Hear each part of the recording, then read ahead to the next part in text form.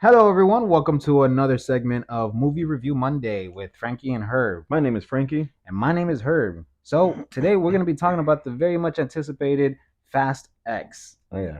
the 10th film of the Fast and Furious franchise. Uh-huh. How often can you say that there's a 10th film in something? Whoosh. I guess not often at all. Especially because, sequels are typically a one, two, and a three, Exactly. But oh my gosh, Vin Diesel's just milking this thing. You remember that video you showed me? You showed me a video when somebody was interviewing him and he said something about spinoffs and the interviewer didn't respond and he had to do it himself. What? Somebody said spinoffs? Spin-offs? Who said that? He's threatening to make more movies, man. He's just milking this thing, but Yeah. so you don't get to say 10 of anything. I think the Fast franchise and the MCU are the only ones who can say that. That's very true. The only difference with the MCU is that they don't really have like a whole, how can I say, it doesn't, yes, it all connects in one way or another, but it's not really a back and forth thing like this thing here. Exactly. It's not one linear story, but Exactly. they're all connected and they all bring something to the larger picture. But we understand that they are all connected, and so I think, yeah, Fast franchise and the MCU are the only ones who can say that they have 10 films. Yeah, for sure. I'll be honest with you. I'm not that disappointed with this one. I liked it. And I already know that I said I was gonna like it because again, it may not have the greatest storyline, but the action definitely delivers. And this is that movie. Yes, I agree, man. The so I told you I am exhausted of the Fast franchise. I did watch it. I don't think it was absolutely terrible either. But it's just like I expected. Just more unrealistic stunts, um, more weak storylines. But I'll say that there's I've said it already. It wasn't an incredibly horrible film, Yeah, even though I only watched it because I watched the first ones. You the know, first nine. yeah, I feel okay. You know, I I feel okay after this I think movie. they really got everybody. Hey, respect to Paul Walker, but I think they really got everyone after his death because I think Furious 7 was like the highest grossing one that they have. Hmm. Because everybody wanted to see how this was going to end, knowing that Paul Walker had passed. He couldn't film the last the like he didn't film the last portions of that movie. Yeah, I think he had like 85% done and whatnot. But after the success of that one, Vin Diesel basically went to Universal and said, "Yo, we can keep doing a lot more of this. People miss Brian, so we're gonna kind of keep him in the story by talking about him and whatnot." But Hmm. hashtag family. That's what it's really all about. But we'll get into more about the film a little bit later. Let's talk about this director. Okay, Let's what's his name here? why you do that to me? It's I rather not. That's Louis Leterrier. Leterrier. He's Okay. French. Oh, you're right. Leterrier. Leterrier. Yeah. But so when I saw that name, it sounded kind of familiar, but not too familiar because it's not the name that you really hear today. However, he's the director of the what's this thing called? Transporter Transporter franchise. Yeah, with that Jason Statham, right? exactly. Yeah. Yeah, and here he is working with Jason Statham again in the Fast franchise. So you're saying he's no stranger to action films? Exactly. Yeah, because aside from the Transporter, he also directed the Incredible Hulk. The one with Edward Norton, right? Exactly, Okay. the good one. Exactly. Yeah. Don't get me wrong. No, the first one was terrible. Yeah, Let's what? let's let's keep on this. It was okay. Yeah. So he also did Clash of the Titans, the Greek Oh mythology yes, film. Clash of That the yeah, Titans. that one goes really hard. And he did man, this is an underrated movie, Unleashed with Jet Li. I know, you're not a fan. Look at your face, man. Oh man, underrated, but it deserves to be underrated. I just got to say this. My thing about Jet Li films, in every single Jet Li movie, he's the most dangerous man on the planet, and to me, that's just annoying. Right. To have the same story in every single movie. That's true. Yeah. I So guess that's one of the reasons why we don't really hear much of him today. Who knows what happened in his personal life, but for all we know, people got tired of that same thing what you just said. But speaking about the most powerful man on the planet, let's talk about Jason Momoa.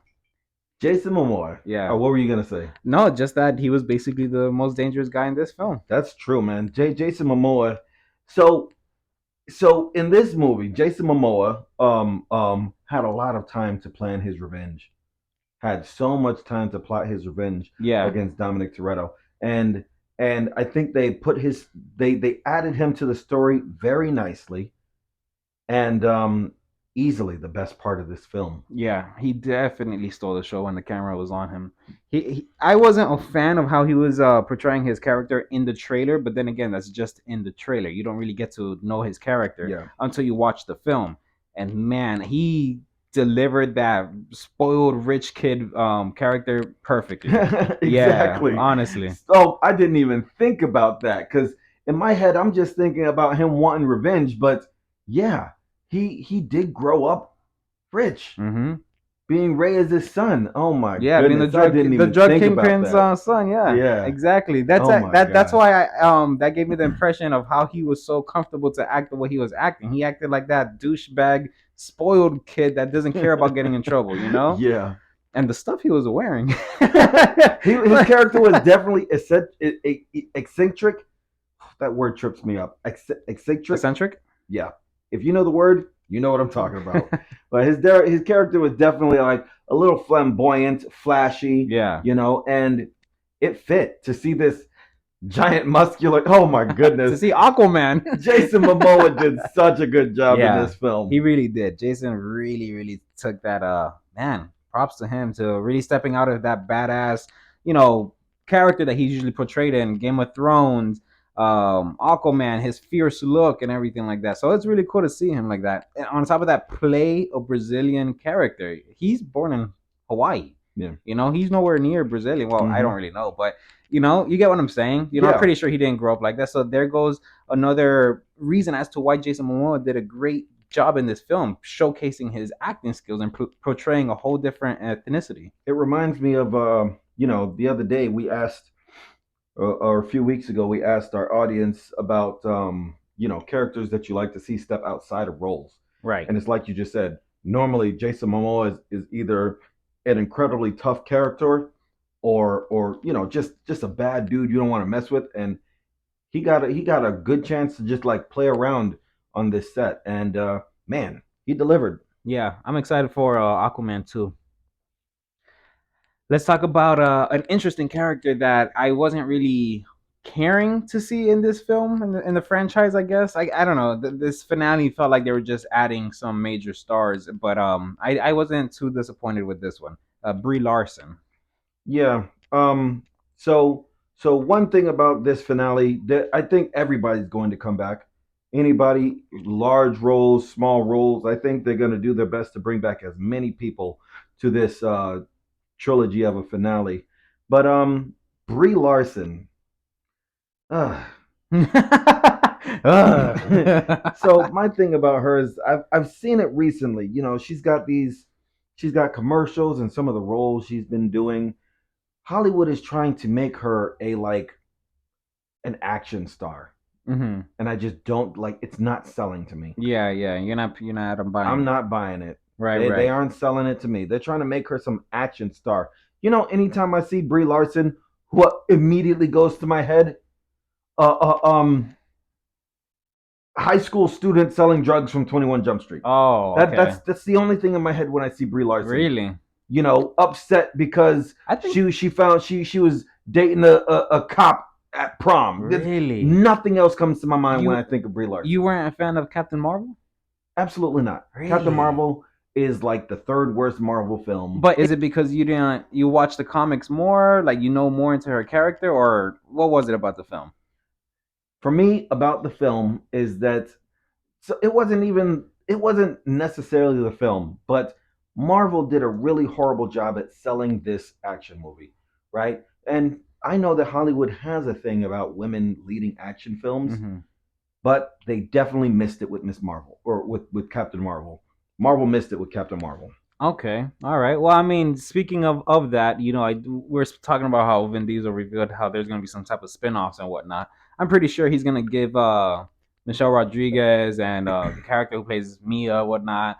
who knows, a standalone show or something like For that. sure. I definitely see a woman spinoff in this Fast franchise because there's just too many characters. The too like not too many, but a lot more women characters have been added. Right. You have the woman who created the god, God's Eye. yeah, the God's Eye in the Fast franchise. They after her appearance in like Fast, was it 7, I think she made her I appearance. think so. She's been in every single one since. That's true. And then Michelle Rodriguez there from the beginning. Yeah, Mia. Charlize Theron Oh, that's has true. been in everyone since her appearance also. Now we got Brie Larson. Exactly. So I think they're building up to make a female Fast spinoff. Right, right. You were mentioning something about returning characters. Jason Statham, he's back. He's back at it again, Oh man, kicking and ass and in the as movie his always. intro was good too. Oh yeah, it's come on, it's Jason Bro, Statham. his intro. But yeah, you're right. It's Jason Statham. His intro in the movie was really Yeah, really good. Yeah, Jason Statham. I was surprised that I was telling you earlier about this. I'm surprised that he was in this film because I know that when The Rock and Universal was talking about making the Hobbs and Shaw franchise, a lot of the people, specifically Tyrese, Ludacris, Vin Diesel himself, was hoping that The Rock wouldn't do this because it's a Fast Five, a Fast Family type of thing, not Yeah. your own standalone film. So when The Rock had the green light, whatever, and Jason Statham hopped on board, I would have thought that they were also upset at him for making it happen, Yeah. because Jason Statham could have said, "Nah, I'm not gonna take the part," therefore not having a storyline for a Hobbs and Shaw. Yeah. But it was nice to actually see him back in the film. He was such a badass character since the moment they introduced him. So it's so cool. I'm not really a fan when the villain turns to a good guy unless you portray it very well. This is one of those moments. Oh yeah, I agree with you there. It's like oftentimes it's I would say tacky to see a villainous character just automatically become good. Exactly. So Speaking of that, like John Cena, Mhm. he was the villain in the last film. Oh my gosh, that turnaround was just way too quickly. Exactly. Man. Yeah, yeah. I really thought that they only included him in this last one because hey, we introduced you to Dom's long lost brother in part 9. There's no way that he's not gonna be in part 10. So Yeah. I laugh every time I say part 10. Jesus, like seriously, dude. Wow. I'll say this though, John Cena in this movie, I feel like was underutilized. Yeah. Like As, so, Vin uh, Diesel has this thing in all of his Fast movies. Vin Diesel, there's this big fight scene. Ever since The Rock in Fast Five. Fast Five, that's where he is introduced. Ever since The Rock, we want these two big guys going at each other. Yeah. Brawling and fighting, and those big dude fight scenes is a lot of people go for that. And again, John Cena was underutilized in this movie. Yeah, I hear you. I definitely agree with that. But yeah. One last person that I really want to talk about before we get into the film a bit is this nice young. I wouldn't even call him young. He's like in his mid 30s. I think he's like close to his 40s. Yeah, he should be 39 today. Wow. I gotta stop saying that. Like people, they so old, dude. I'm like not that far away myself. I gotta stop saying that. Wow. Wow. But anyway, Alan Richson. Richson, right? Or Richardson? No, Richson. I think it's Richson. Alan Richson, yes. Yeah. So Alan Richson, he is a badass just character overall, man. And in real life, he's so funny. And the reason why I say if he's funny is because he a show that I first saw him in was Blue Mountain State. Yes. You have you seen that one? I love Blue Mountain State. I was introduced to Blue Mountain State by one of my brothers, and it was an absolutely hilarious He show. is so funny, so funny. He's also not only the voice but also the stunt guy for what's this guy? Michelangelo, the guy with the red one. Raphael. Raphael, yeah, and You mean he did the motion capture for him? Yeah, motion capture, and I think he was also the voice in some parts of it. Yeah, but yeah, he did that as well. And yeah, so now he's in this Fast franchise and whatnot. So he's been doing a lot of work since I He's saw been working him. for a long time. Oh, yeah. Also, I remember the very first time I saw him was in, and don't call me old for this one, but it was a CW TV show called Smallville. Oh, okay, I know Smallville. Of Yeah, course. exactly. So he actually was Aquaman in a few episodes in that series. That's so very interesting. that's the first time I saw him. So he's been working for a long time, and man, he's I'm glad to see that he's maintained relevance in this very very tough industry, and Absolutely. I can't wait to see what else he does.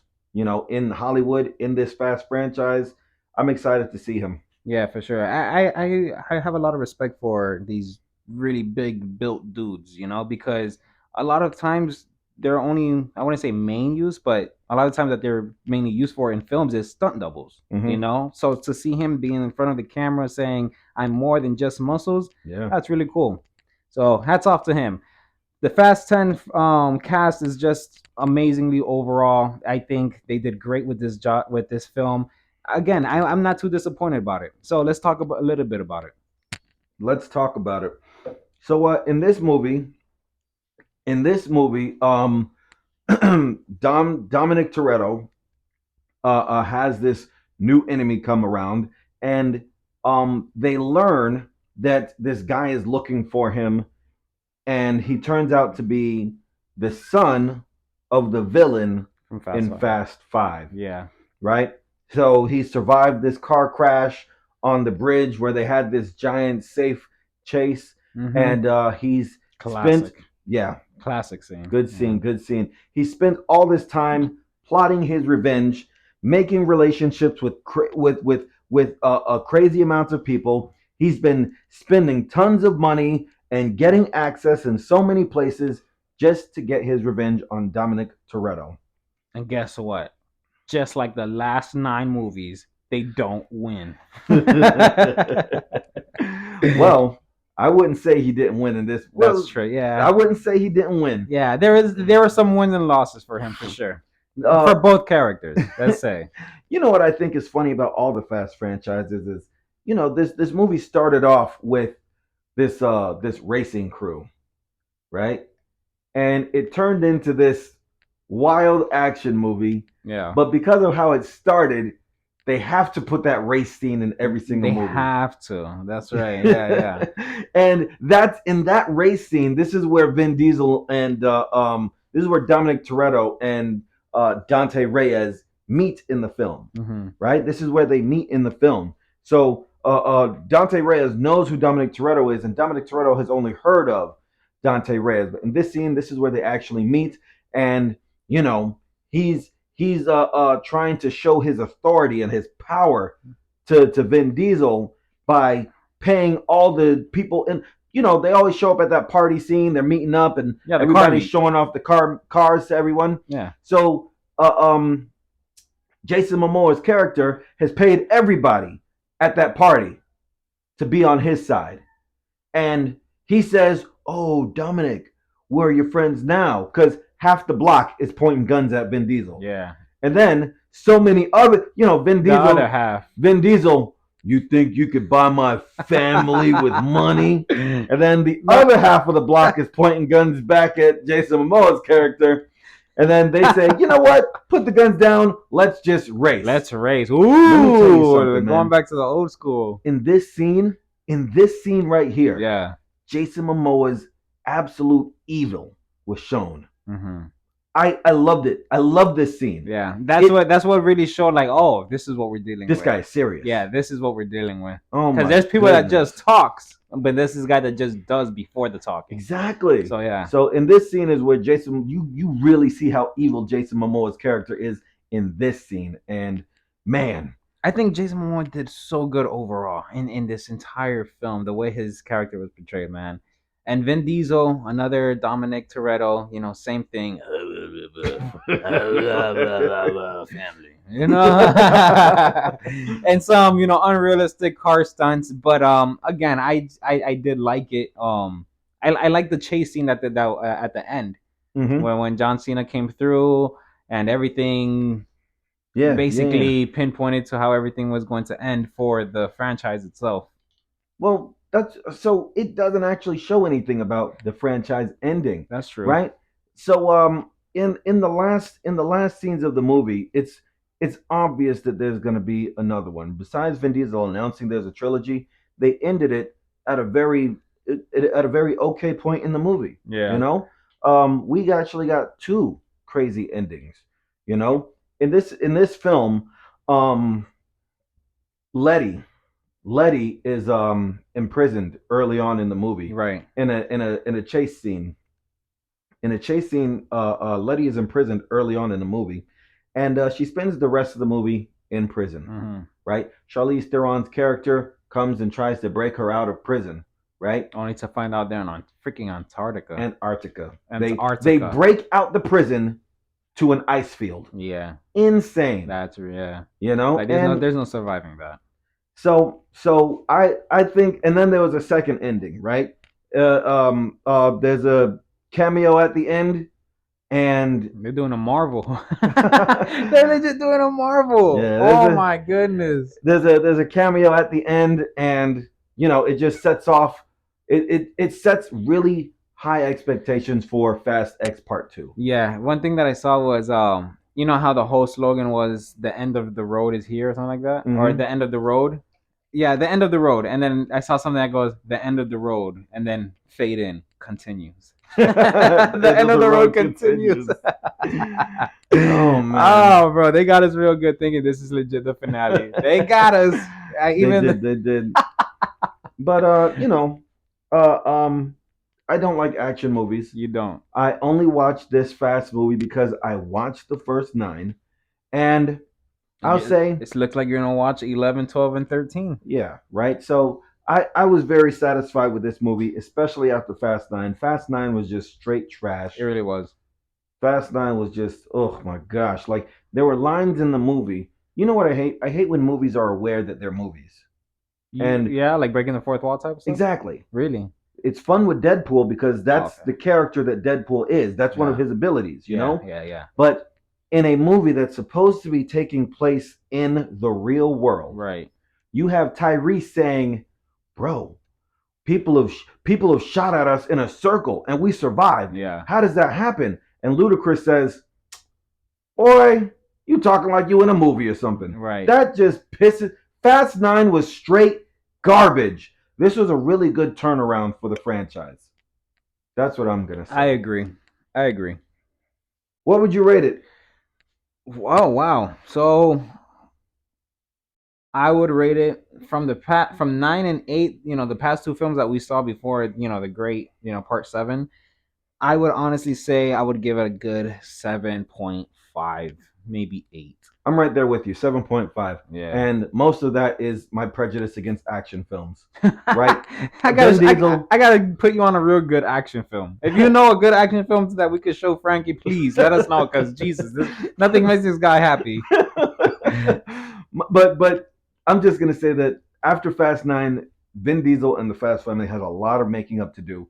This is only the beginning. Yes. Okay, so Yeah. that's what I'm gonna say about that one. All right. Well, both here it is. Frankie and Herb's final rating for Fast X 7.5. Oh yeah. All right. Well, we really hope you enjoyed today's episode discussing Fast X. Go watch that movie if you guys haven't seen it. It's a very forgiving. It's a very redeeming story for the Fast franchise, and you know, if you like action movies, you'll absolutely enjoy it. Mm-hmm. You know, but even if you don't like action movies, like myself, it's not tough to watch. Right. Tell us what you think on our Instagram and Twitter at Discuss the Film. You can also listen to us on multiple platforms. You can go to our Instagram bio. We have our link tree there, and you can be able to pick the platform of your choice.